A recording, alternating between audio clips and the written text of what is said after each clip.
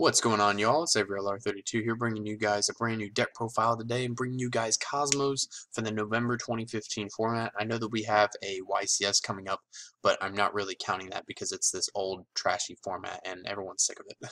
So I just want to dive right into this here. I do want to say right now that this is more of a project build. This is something that I'm still kind of working on, hence why I have, well, it's Fire Force, but it's really Blazing Mirror Force and Storming Mirror Force. This is a little bit of a theory that I'm testing out, which I'll get to in a minute in the deck profile. But just out of the gate, I just want to say that I do want to try and fit a third Dark Destroyer and a third Forerunner in here, just because I feel like that these two cards are just far too good to have less than three of. I feel like you have to have three Dark Destroyer and three Forerunner. I just don't know what to take out.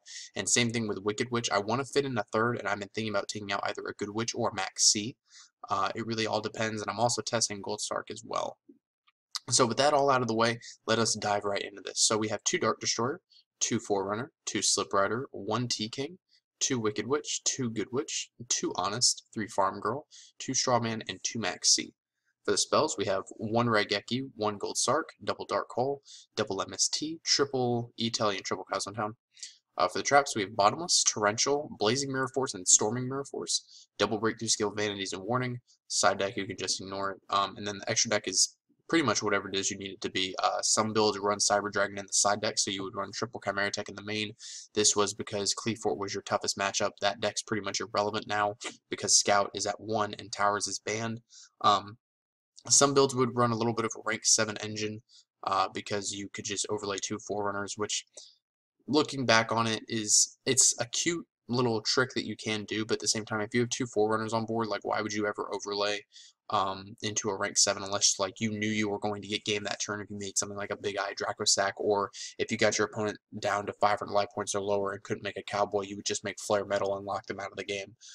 It's still a good play. It's definitely something unexpected, but it's not one of the best plays. Like, I would much rather have two Forerunners out on board at 2,800 apiece than have a single Flare Metal, Draco Sack, or Big Eye out.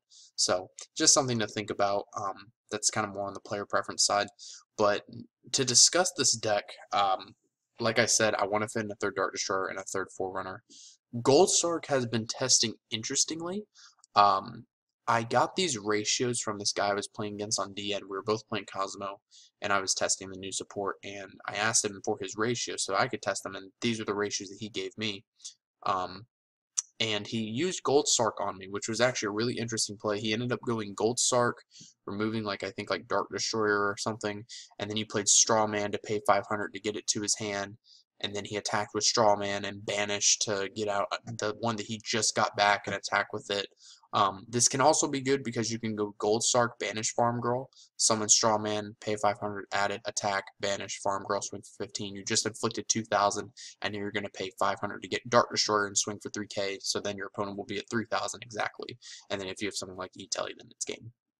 So it's definitely interesting, and if that play for whatever reason doesn't work out, then you're going to get that card into your hand during your second standby phase anyway.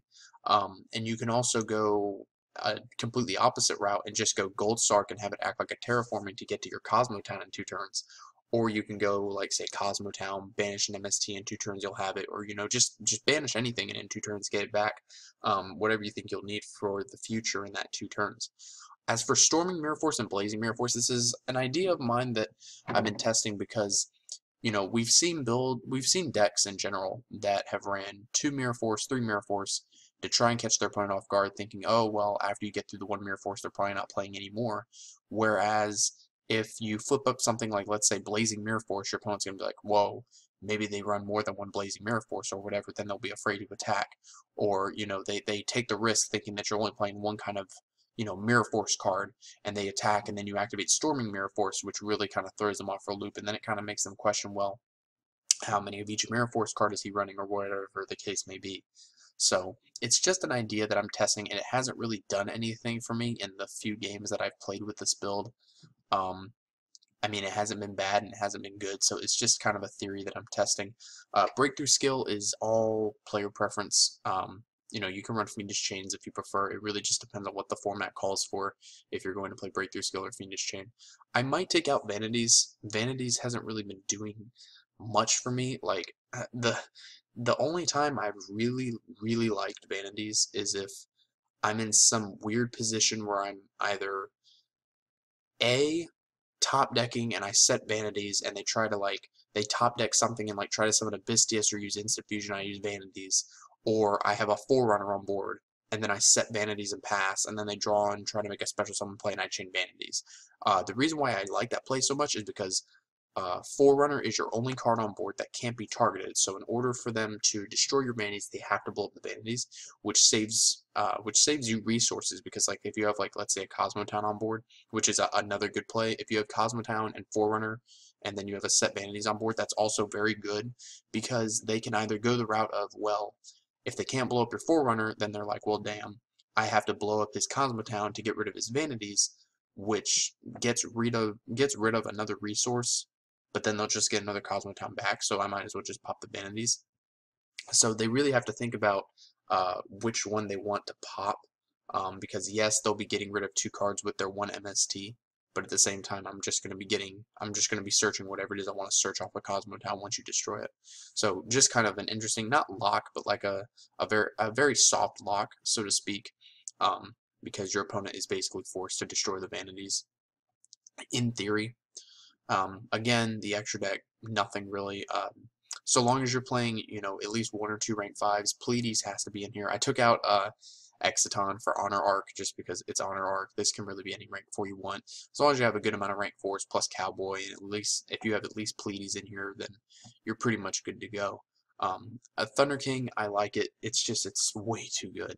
It's so busted. Like the fact that you can just go summon Thunder King. I almost said set Thunder King. Summon Thunder King and set like maybe 1 or 2 back row, maybe an MST along with it, is really killer for against any deck right now first turn. It's very hard to deal with Thunder King plus with back row. It's almost unbreakable by this point in the game, which is why it's gonna probably stay at 1 for forever. But anyway, Max C.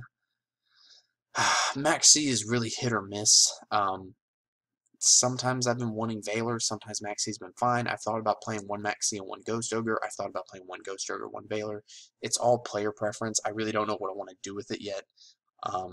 But it's just, like I said, it's really hit or miss. It all depends on your player preference and what you're trying to go for and what you're planning on playing against. I took out the Jurigato engine because, yes, the Jurigato engine is good, but the problem is that it's very susceptible to things like vanities and warning, and once they've seen one, they know that the other 2 are coming. So it's like they're going to play around it, and it can sometimes kind of be dead, like where you're hoping to get Cosmos, you end up with like opening double Jurigato, Cosmo Town, and like some random other crap that just doesn't help you, and then you're forced to like summon Jurigato and pass, or just like have an open board, they attack you, you go Jurigato, drop it, and sure, you gain 1,000 life points, but it's like you're already gaining life points from Cosmo Town, so it's like there's no real point to have it in. Plus, we had to make room, well, I say we, it's really only me, I don't know why people do that in videos, but I had to make room for the other Cosmo cards, so basically Jurigato was forced to come out of the deck.